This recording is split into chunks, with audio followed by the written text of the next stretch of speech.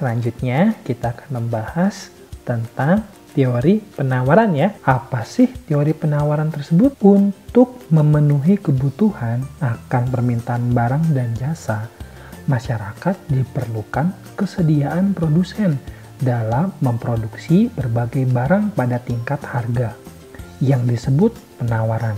Penawaran ini biasanya dilakukan oleh pedagang atau produsen sebagai penghasil barang. Produsen berusaha memproduksi berbagai jenis barang dan jasa untuk memenuhi kebutuhan konsumen. Semua orang dan jasa yang dihasilkan tersebut untuk kemudian ditawarkan kepada konsumen. Tinggi rendahnya jumlah barang yang ditawarkan tergantung dari harga barang. Apabila harga barang naik, maka jumlah barang yang ditawarkan cenderung bertambah. Sebaliknya, apabila harga barang turun, maka jumlah barang yang ditawarkan cenderung berkurang. Dengan demikian, kita dapat menyimpulkan bahwa penawaran ialah kesediaan penjual untuk menjual berbagai barang pada berbagai tingkat harga dalam waktu tertentu. Definisi penawaran hanyalah mencerminkan hubungan antara jumlah barang yang ditawarkan dan tingkat harga. Faktor-faktor yang mempengaruhi dalam menentukan penawaran antara lain sebagai berikut. Ada biaya produksi, teknologi, harapan akan mendapatkan laba, dan faktor-faktor non-ekonomi. Keempat faktor ini akan kita bahas sama-sama. Langsung saja, apa sih yang dimaksud dengan biaya produksi? Biaya produksi itu artinya untuk menghasilkan suatu barang diperlukan biaya produksi. Tinggi rendahnya biaya produksi yang dikeluarkan akan menentukan pula harga barang. Bila biaya produksi tinggi, maka produsen akan mengurangi jumlah produksi barang dan akibatnya penawaran berkurang. Sebaliknya, jika biaya produksi murah, maka akan semakin banyak barang hasil produksi dan penawaran akan bertambah. Teknologi yang digunakan dalam memproduksi barang akan mempengaruhi jumlah dan kualitas barang hasil produksi.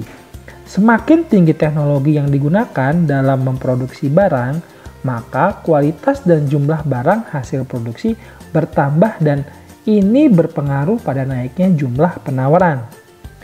Yang ketiga, harapan akan mendapatkan laba.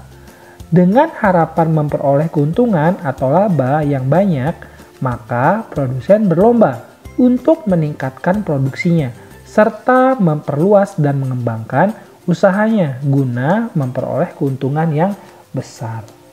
Faktor-faktor non-ekonomi apa saja ya? Ya, seperti bencana alam, larangan impor, dan kebijakan pemerintah akan sangat berpengaruh pada penawaran. Lalu, bagaimana ya hubungan antara harga dengan jumlah barang yang ditawarkan? Hubungan antara harga dengan jumlah penawaran dapat dilihat dari bunyi hukum penawaran. Nah, sebelumnya itulah tadi anak-anak kita sudah mempelajari ya faktor-faktor dari penawaran. Selanjutnya kita akan mempelajari hukum penawaran berbunyi seperti apa.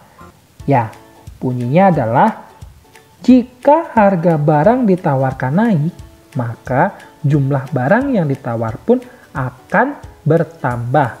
Sebaliknya, jika harga barang turun, maka jumlah barang yang ditawarkan pun berkurang. Antara harga dengan penawaran terdapat suatu hubungan lurus, di mana harga berbanding lurus dengan penawaran. Nah, untuk lebih jelasnya, Bapak akan memberikan contoh grafik dalam sebuah kurva penawaran.